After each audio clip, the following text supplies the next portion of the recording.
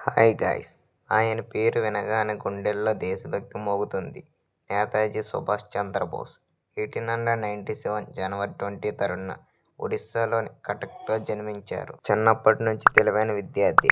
ఆయన ఐసీఎస్ పరీక్షలో ఉత్తీర్ణుడైన బ్రిటిష్ ప్రభుత్వానికి పనిచేయడం ఇష్టం లేక రాజీనామా చేశాడు. ఎందుకంటే ఆయనకు ఒకే లక్ష్యం భారత స్వాతంత్ర్యం.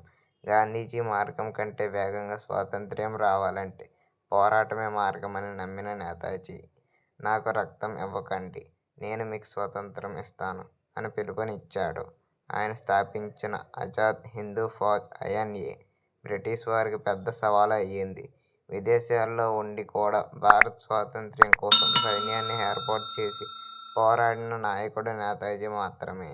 ఆయన జర్మనీ, జపాన్ వంటి దేశాల సహాయం తీసుకుని బ్రిటిష్పై సైనిక పోరాటానికి సిద్ధమయ్యారు. ఆజాద్ హింద్ ప్రభుత్వాన్ని కూడా ఏర్పాటు చేశారు.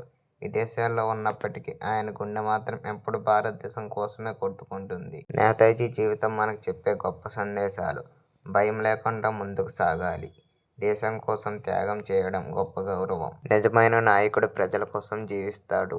ఆయన చివరి రోజులు ఇప్పటికీ ఓ రహస్యంగా మిగిలిపోయాయి. కానీ ఒక విషయం మాత్రం నిజం: నేతాజీ శరీరం ఎక్కడ ఉన్నా ఆయన ఆత్మ ప్రతి భారతీయుడి గుండెల్లో జీవిస్తుంది. ఈ జయంతి సందర్భంగా మన మనుషులకు ఒక ప్రతిజ్ఞ చేద్దాం: మన దేశాన్ని గౌరవిద్దాం, నిజాయితీగా పనిచేద్దాం, భారతదేశాన్ని గొప్ప దేశంగా మార్చడంలో మన వంతు పాత్ర. ఈరోజు ఆయన జయంతి సందర్భంగా మనం ఒక మాట గుర్తుంచుకోవాలి: దేశం కోసం పనిచేయడం ప్రతి భారతీయుడి బాధ్యత. నేతాజీ సుభాష్ చంద్రబోస్ గారికి మన వినమ్రమైన నివాళులు. జై హింద్. నేతాజీ సుభాష్ చంద్రబోస్ ఫ్యాన్స్ ఎవరైనా ఉంటే కామెంట్ చేయండి అండ్ సబ్స్క్రైబ్ చేయండి.